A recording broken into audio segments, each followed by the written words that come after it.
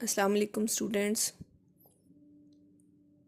जी बेटे, आप लोगों को पता है कि हम एक्सरसाइज 4.3 कर रहे हैं। एक्सरसाइज 4.3 के क्वेश्चन नंबर 3 का पार्ट नंबर 3 कर रहे हैं हम लोग, जिसमें जो है हमने क्या फाइंड करना है, एलसीएम फाइंड करना है। ये मैंने इसकी रकम लिखी। सबसे पहला स्टेप बेटा क्या होता है कि हम इसके फैक्टर्स बनाते हैं।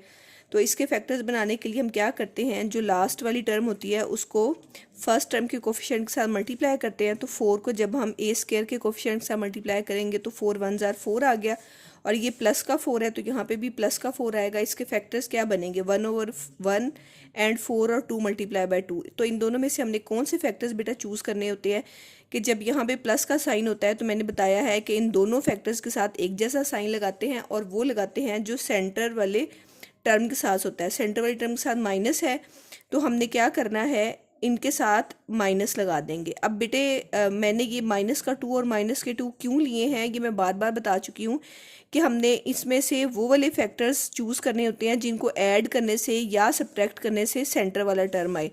तो 1 और 4 को ऐड करने से 5 आता है और माइनस करने से 3 आता है, तो इसलिए हमने ये वाले फैक्टर्स नहीं चूज़ किए। हमने 2 और 2 और 2 और 2 को ऐड करने से क्या आ जाएगा, 4 आ जाएगा।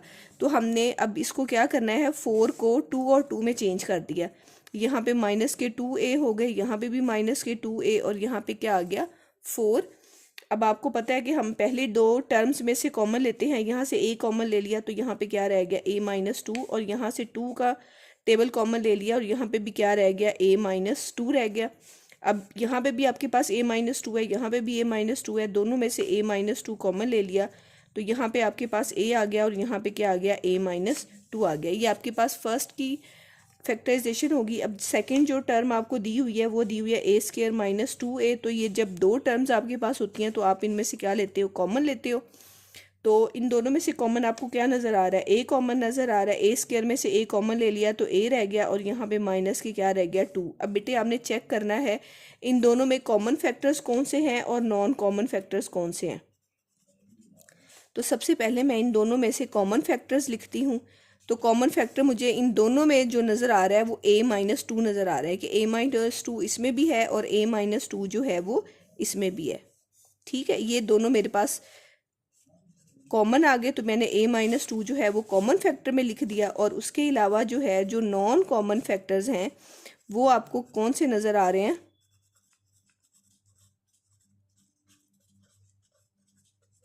एक तो a है और एक a-2 है। तो यहाँ पे मैं a लिख देती हूँ और a-2 लिख देती हूँ। और एलसीएम का फार्मूला मैंने लास्ट वीडियो में भी लिखा हुआ है कि एलसीएम इज इक्वल टू क्या होता है, आपके पास common factors multiply by non common factors. ठीक है, तो यहाँ पे अब कॉमन फैक्टर्स आपके पास क्या आया है, आपके पास a-2 कॉमन फैक्टर आया है, और मल्टीप्लाई कर देंगे हम नॉन कॉमन फैक्टर्स से। नॉन कॉमन फैक्टर्स आपके पास क्या आए हैं, आपके पास a इंटू a-2 आया है। अब a तो सिंगल है, ये सिंगल ही रहेगा, और a-2 के साथ मल्टीप्लाई होके क्या हो जाएगा, a-2 का स्क्वायर। ये आपके पास जो है वो क्वेश्चन नंबर 3 का पार्ट नंबर 3 आ गया।